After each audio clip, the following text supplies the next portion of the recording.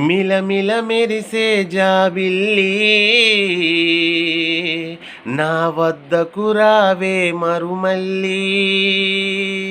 నువ్వలా నేనిలా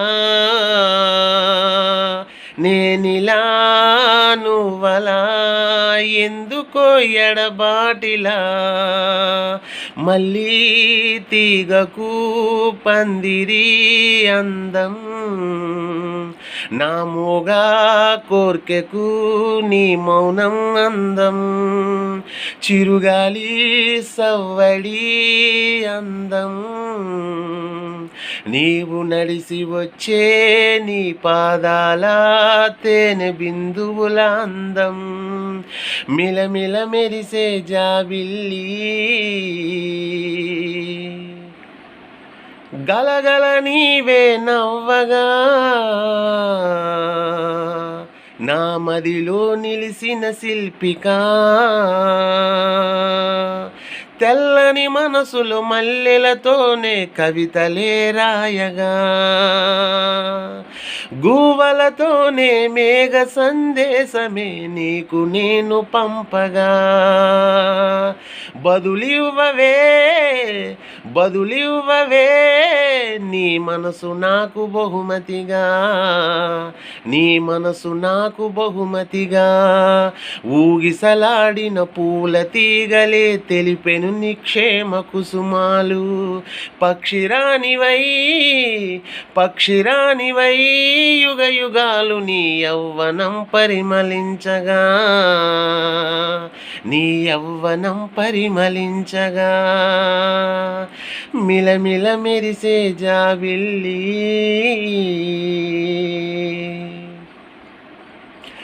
నిగనిగలాడే అందమా పెనవేసుకుపోయిన బంధమా విరిసిన పెదవుల పలికెను మాటలు తేనెలే అవ్వవా గడిసిన కాలం కన్నుల విందుగా మరలా పంపించవా తరలించవే తరలించవే మన ప్రేమ నౌక నది దించవా మన ప్రేమ నౌక నది దించవా ఎగిసిన కెరటము నగువులపైనే రాసినాను విన్నపాలు ఉషాకిరణమై ఉషాకిరణమై తెలతెలవారే వచ్చి ప్రేమ కాంతులే నింపెయ్యవా ప్రేమ కాంతులే నింపెయ్యవా చల్లగా నీవే చాటుగా నవ్వితే వెన్నెలే కురవదా చెలి వెన్నెలే కురవదా నువ్వెక్కడున్నావు త్వరగా రా ప్రాణం గుంజినట్టుంది. హాయ్ హలో నమస్తే సొంత తోటలో పాటల మొలకలకి స్వాగతం సుస్వాగతం. ఈ పాట తాలూకా తాత్పర్యం ఏంటంటే ఈ పాట హీరో వచ్చేసి హీరో పేరు శ్రీధర్, హీరోయిన్ పేరు ఏమొచ్చి అరుణ.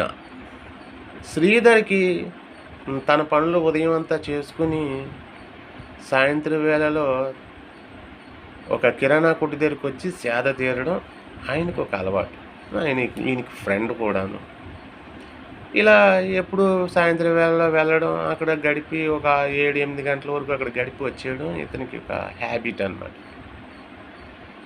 హ్యాబిట్ అయితే ఓ రోజు అలాగే వెళ్ళినప్పుడు వెనక చేసి ఆ గట్టెక్కి గట్టు మీద ఒక అజంతా శిల్పం లాంటి అమ్మాయి నిలబడి ఉంది కొట్టి దగ్గర.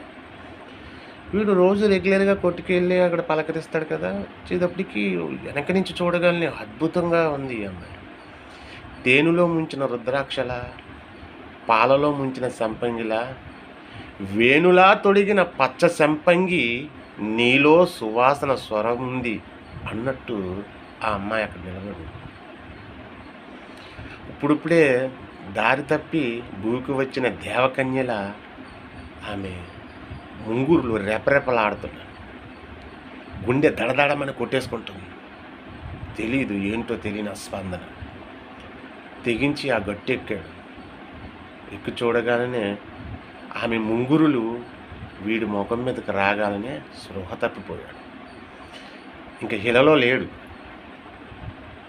అప్పుడు జాగ్రత్తగా స్పృహలోకి వచ్చి తప్పించుకుని ధైర్యం చేసి ఆమె రూపాన్ని ఒకసారి చూశాడు. చూడగానే గుండె టకా టకా టకా కొట్టేసుకుంటాడు. అద్భుతమైన వర్ణించడానికి మాటలు కానీ కవితలు కానీ చాలు.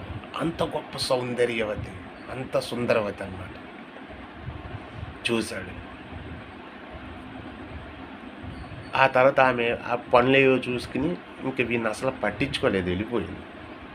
అలాగని శ్రీధర్ ఏం చిన్నటి వ్యక్తి కాదు. ఈయన కూడా బ్రహ్మ చేత ప్రత్యేకంగా తయారు చేయబడ్డ హావభావాలున్న ఒక గొప్ప సుందరాంగుడు ఈయన. ఆమె వెళ్ళిపోయిన తర్వాత వీడు ఇంకా రోజు టైంపాస్ చేసేవాడు కాస్త ఇంటికి వెళ్ళిపోయాడు. వెళ్ళి ఆమెను చూసిన కాడి నుంచి ఏంటి నాలో ఈ స్పందన, గుండె వేగంగా ఎందుకు కొట్టుకుంటుంది అని చెప్పేసి అనుకుంటే అది ప్రేమ అని అర్థమైంది. అప్పటి నుంచి ఆ అమ్మాయిని ప్రేమించడం మొదలుపెట్టాడు. తనకి అడుగు వేస్తేనే రోజుకు 10 మంది ఐ లవ్ చెప్తున్న విషయం వీడు గమనించాడు.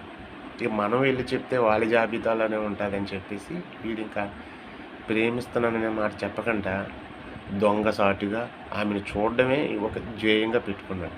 బహుశా వీడు 2-3 సంవత్సరాల నుంచి ఆ అమ్మాయిని చూస్తున్నాడు, కానీ ఆ అమ్మాయికి పసుపుటంగా వీడు నన్ను లవ్ చేస్తున్నాడని తెలియనటువంటి రీతిలో ఆ అమ్మాయిని ఫాలో అవుతూ చూస్తూ ఉంటున్నాడు.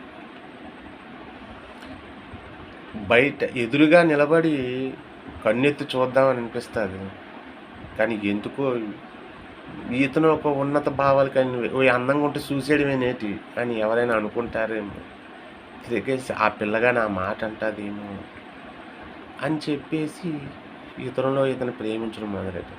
రోజు ఆమె కాలేజీకి వెళ్ళే వేలో నిలబడడం, ఆమె వెళ్ళడం రావడం, ఇలా ఆ సమయానికి ఎక్కడున్నా సరే అటెండ్ అయిపోయి ఆ సమయానికి ఆ అమ్మాయిని చూసి ఆనందం, గుండెల నిండా ఆ సంతోషాలు, ఆ క్షణంలో ఉన్న సందర్భాలను నింపుకుని మళ్ళీ రేపు బతకడానికి కావలసిన ఇంధనాన్ని నింపుకోవడానికి రోజు వస్తూ వెళ్ళేవాడు. ఒకరోజు హఠాత్తుగా అమ్మాయి రాలే. ఆ రోజు రాలేదు, ఆ మరుసటి రోజు రాలేదు. వీడికి తెలియని బాధ. ప్రాణం ఉంది కానీ వీళ్ళలో లేదు, జీవం ఉంది కానీ వీడి కాలంలో లేదు. నిలబడలేకపోతున్నాడు, కూర్చోలేకపోతున్నాడు, తినలేకపోతున్నాడు. అప్పుడు స్వతహాగా ఈయన కవి. ఇంకా ప్రేమలో పడ్డవాడు ఎవరైనా సరే కవిత్వాలు రాస్తాడు కదా. అప్పుడు అలా కూర్చుని చందమామ చూస్తుంటే చందమామలోని ఆమె రూపం కనిపించింది అన్నమాట. చందమామ కన్నా ఈమె కన్నా చందమామే 2 వేషాలు తక్కువ. ఒక 2 వేషాలు ఈ అమ్మాయే, అరుణ ఎక్కువ. అప్పుడు మిలమిల మెరిసే జాబిల్లి నా వద్దకు రావే మరుమల్లి అంటూ ఒక అందమైన పాట, తన భావాలు ఎలా ఉన్నాయి, తన కోరికలకి ఎలాంటి రెక్కలు ఉన్నాయి, తను ఆవిడ ఎలా వచ్చి కలవాలి అనే పాట ఇది. ఇందులో బలమైన మాటలు, పక్షిరాణివై యుగయుగాలు నీ యవ్వనం పరిమళించగా అనే వాడాడు కదా. పక్షిరాణి అంటే చూడండి, మన భూమి మీద ఉన్న ప్రతి జంతువుకి యవ్వనం వృద్ధాప్యం మనం చూసి కనిపెట్టేయగలం. ఒక పులి ఉందనుకో, అది యంగ్లో ఉంటే యంగదని, ఓల్డ్ అయితే ఓల్డ్ అని చెప్పేయగలం. అలా మనుషుల్లో యంగ్ అండ్ ఓల్డ్ మనకి తెలుస్తుంది పసుపుటంగా, స్పష్టంగా. ముసలోడు ఎలా ఉంటాడో, కుర్రోడు ఎలా ఉంటుంది. కానీ పక్షి జాతిలో మొన్న రెక్క తొడిగిన పక్షి ఎలాగుంటుంది, రెక్క తొడిగి ఎన్నో ఏళ్ళు అయిన పక్షి కూడా అలాగే ఉంటుంది. చూడండి, మీ ఇంటి ముందుకి ఒక 10-15 గోరింకలో గువ్వలో వచ్చి మీ ఇంటి మీద వాలాయి అనుకోండి, అన్నీ ఒకలాగా ఉంటాయి. అందులో ఆ గుంపులో అమ్మమ్మ ఉంటుంది, మనవరాలు ఉంటుంది, కూతురు ఉంటుంది. ఉన్నా కానీ అందులో ఏదో మనం కనిపెట్టలేం. పక్షికి దాని యవ్వనాన్ని గుర్తించడం. ఎవరో నిపుణులు దానిపై రీసెర్చ్ చేస్తున్న పెద్ద మనుషులకి ఎవరికో తెలిస్తే తెలియచ్చు గానీ, మన సాధారణ కంటితో పక్షి ఇది ముసిలిది, ఇది పొడుస్తుదని చెప్పలేం. అన్నీ ఇంచుమించు ఆ గుంపులో అన్నీ ఒకలాగా ఉంటాయి. అది పుట్టి ఒక 10 సంవత్సరాల క్రితం పక్షి అలాగే ఉంటది. ఒక 6 నెలల క్రితం రెక్కలొచ్చిన పక్షి కూడా అలాగే ఉంటుంది. మరి ఆ బోటి లాంటి పక్షులకే రాణి ఎలా ఉంటుంది?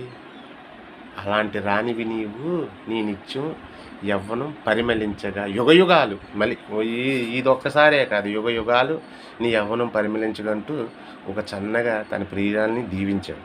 నువ్వలా నేనిలా, ఎందుకో ఎడబాటు ఎలా అనేసి తన బాధను వ్యక్తపరిచాడు. ఇందులో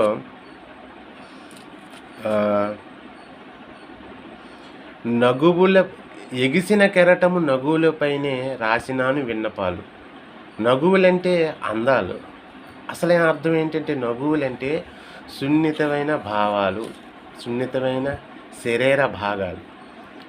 మనం ముదివేళ్ళుతో ఇలా టచ్ చేస్తే తారాస్థాయి సుఖాన్ని పొందగలిగేలాంటివంటి సున్నిత ప్లేసులు నగువులు. అంటే మనకి ఉదాహరణకి ఓ మెడ అంచు భాగం, పిరుసుల భాగం, తొడలు చెంపల భాగం నివిరితే ఆ తెలియని అద్భుత లోయల్లోకి వెళ్ళిపోతాం మనం. అది మనం నచ్చిన వాళ్ళు ఎవరన్నా నివిరితే సుమా అలా అవే నగువులు. అలాంటి మళ్ళీ కెరటాలు అన్ని ఉపరితలం కొన్ని కోట్ల కిలోమీటర్లు పరిచుకున్న ఆ కెరటాల నగువును పట్టుకుని ఆ నగువుల పైన రాశాడంట విన్నపాలు. ఏమని? నేను నిన్ను ప్రేమిస్తున్నాను, నా ప్రేమను నువ్వు ఎలాగైనా అంగీకరించాలి, స్వీకరించాలి అని చెప్పేసి అనే ఈయన భావాలు రాశాడంట. అంటే ఎవరికి ఫిర్యాదు చేసుకున్నాడు? ఒక రాష్ట్రంలో పని జరగాలంటే ముఖ్యమంత్రికి, దేశంలో పని జరగాలంటే ప్రధానికి, అలా ఈ వరల్డ్ మొత్తం పని జరగాలంటే 200 పైగా దేశాలు, భూమి 25%, సముద్రం 75%. అలాంటి పెద్ద ఒక కింగ్కే ఈయన రాసి పెట్టుకున్నాడనమాట నపాలు. ఇదండి ఈ పాటలో ఉన్న సారాంశం. మీకు నచ్చితే దీవించండి. Please like, share, subscribe.